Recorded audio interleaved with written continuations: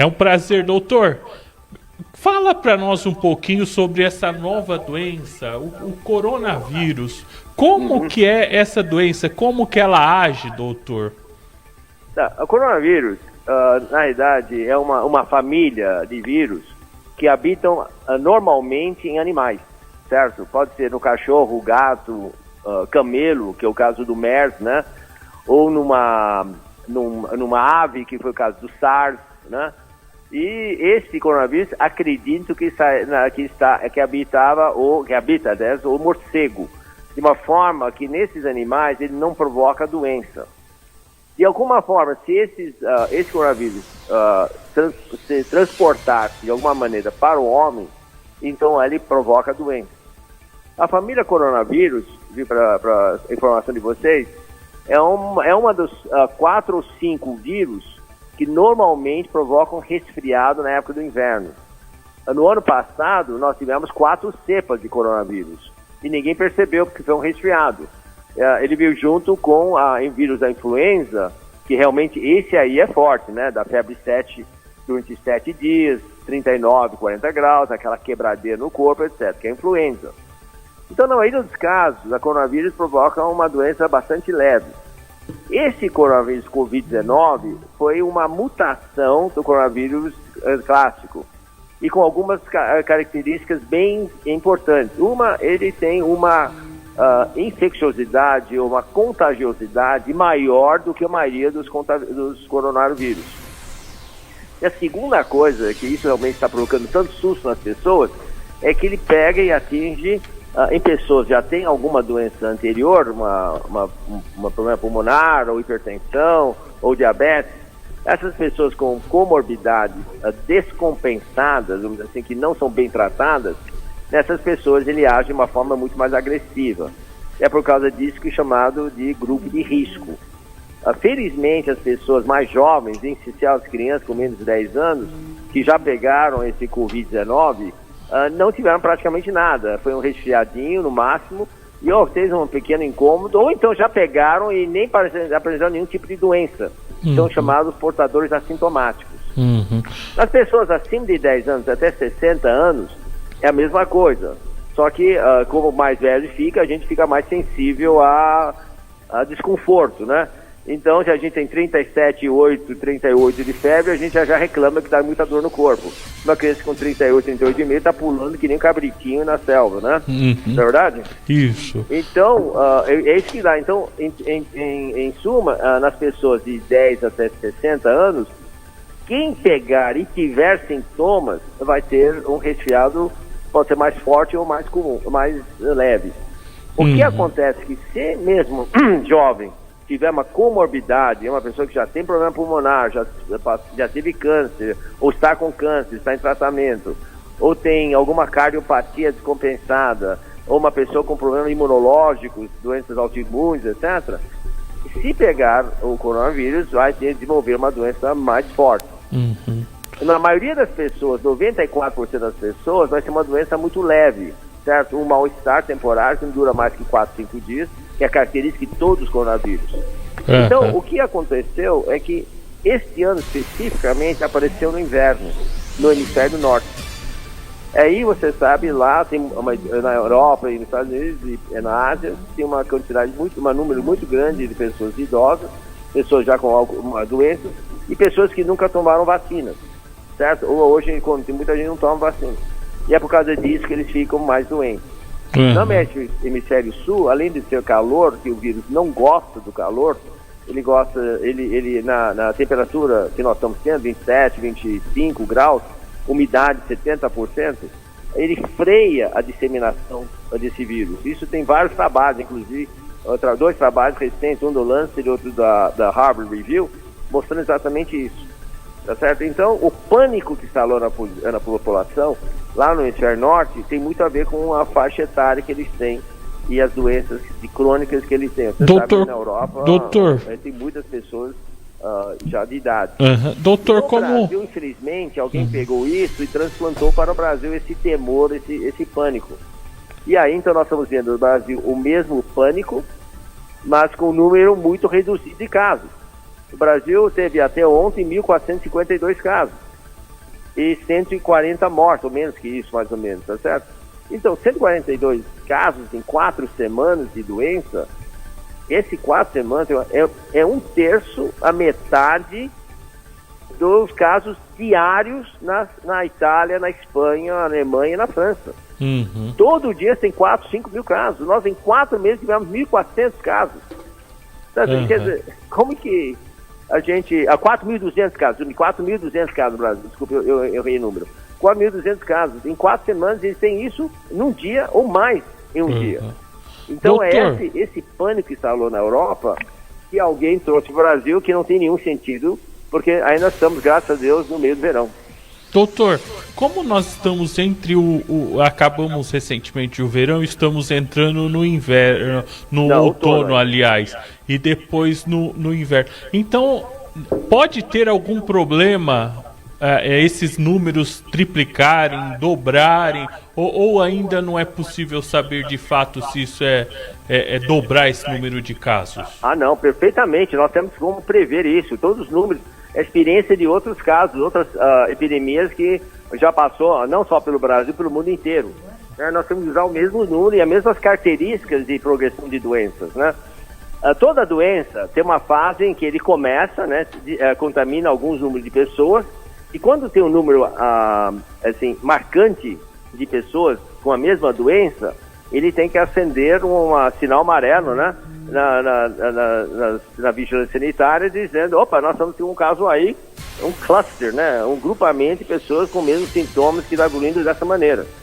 Então, entre a introdução do vírus até o aparecimento desse cluster, desse grupo de pessoas, leva mais ou menos uns 10 a 14 dias.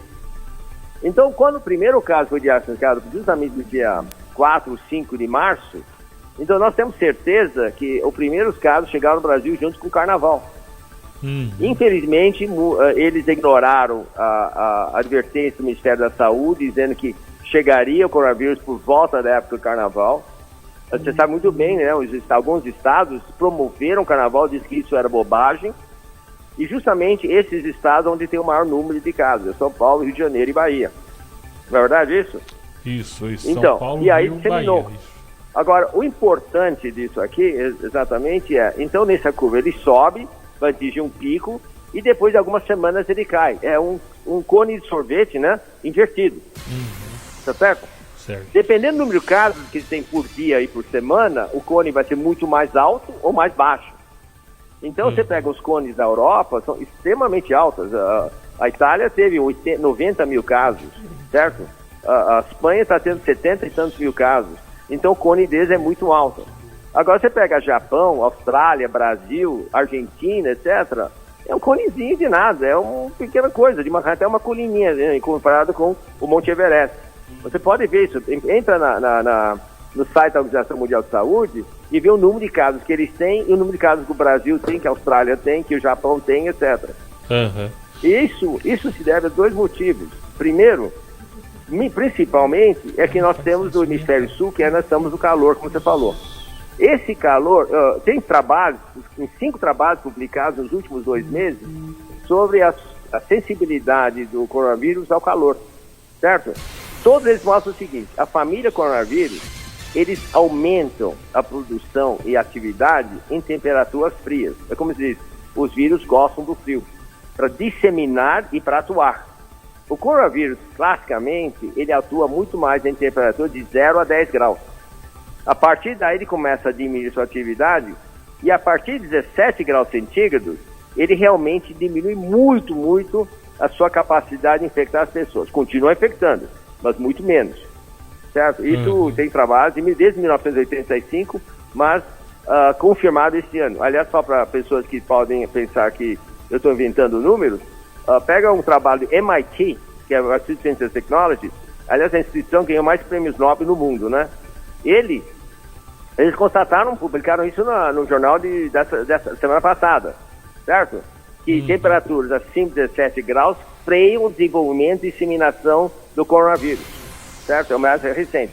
E que a partir de 22, 23 graus, praticamente paralisa a atividade do coronavírus. Então, isso quer dizer que nós estamos ainda, a temperatura ontem foi 25, 26 graus, não é verdade? Isso. No norte, então, chegou até 30 graus. No Rio de Janeiro foi 28 graus.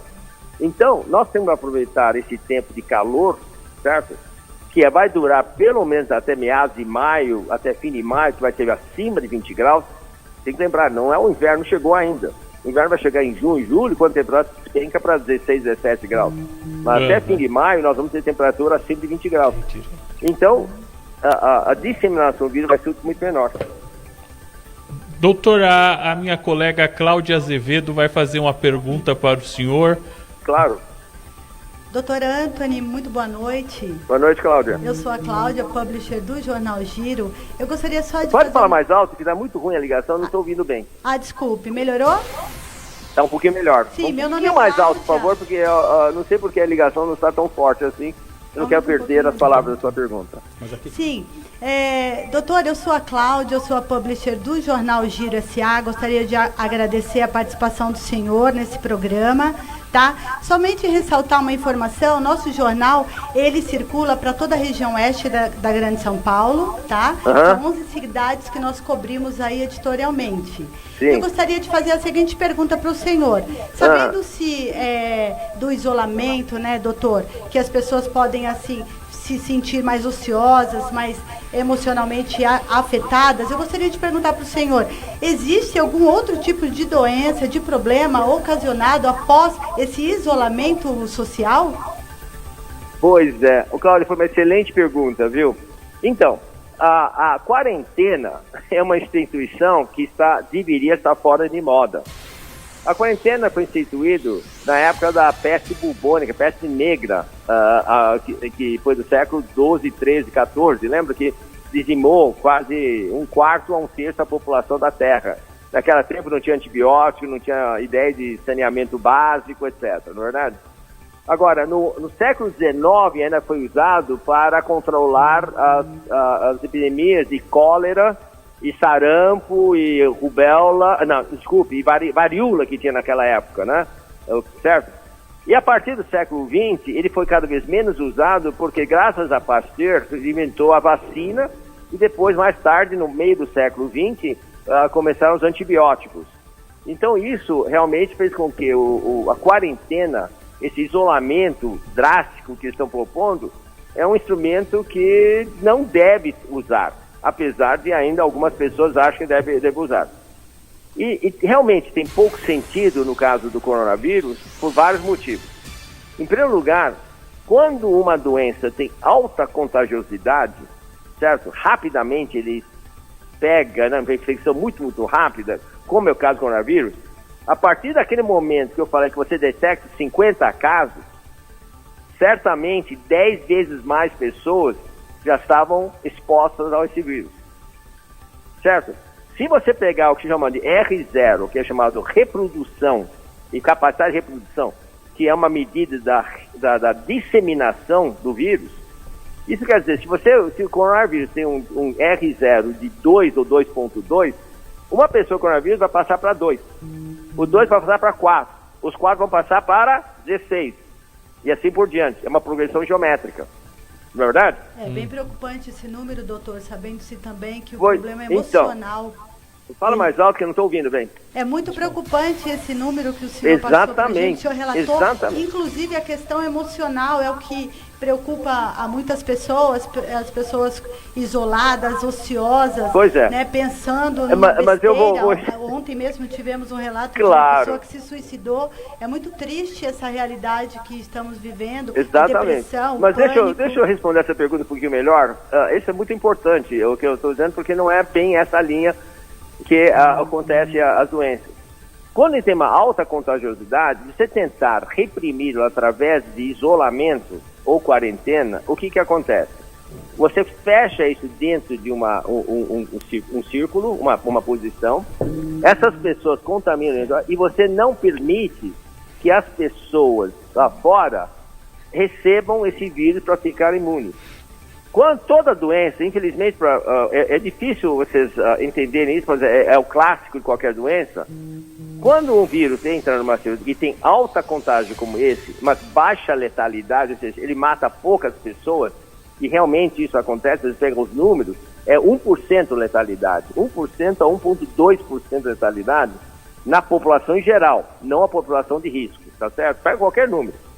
O que acontece? Outros estudos mostram que em todas as pandemias ou epidemias, para cada pessoa doente, 5 a 10 pessoas não têm a doença e tem chamada de doença assintomática. Então, é necessário que você deixe a doença correr de uma certa forma controlada para que você aumente o número de pessoas imunes. Isso foi demonstrado em todas as situações. Se você não imunizar passivamente 65% da população, você não consegue extinguir a evolução da doença. Isso acontece para a varíola, que infelizmente acabou por causa da vacinação. Como que acabou a vacina com varíola? Vacinamos 80% da população do mundo. E com isso acabou, não tem mais varíola no mundo. Não vacinamos 100%, mas vacinamos 80%. Então, isso é uma verdade médica. E o que aconteceu na China? Vamos fazer na China. Por que em Hubei, por exemplo, a província começou, certo? Eles têm, foi 80 mil casos, não é verdade, Cláudia? 80 mil casos. Você sabe a população de Hubei? 60 milhões. Então, 80 mil pessoas, 60 milhões, por que não pegou 40 milhões de pessoas se for uma doença tão contagiosa? É apenas 80 mil pessoas. Então, quer dizer, 59 milhões, 928 mil pessoas não pegaram a doença. Não, senhor. Eles vão fazer testes de campo anticorpos e descobriram que 50% das pessoas já tinham anticorpo sem ter tido a doença. É por causa disso que está levantando a quarentena em Hubei a semana passada. Uhum. Doutor, nosso tempo está então estourado. Isso quer dizer que o confinamento rigoroso é bobagem. Se fosse verdadeiro, por que a Itália continua matando gente? Por que a Espanha continua matando gente? E no Japão, que não fez quarentena, a Austrália, que não fez quarentena, teve apenas 2.000 ou 3.000 infectados. O Japão teve 42 mortos e a Austrália teve 100 mortos até agora. Doutor, eu quero agradecer, nós queremos agradecer, aliás, a participação do senhor.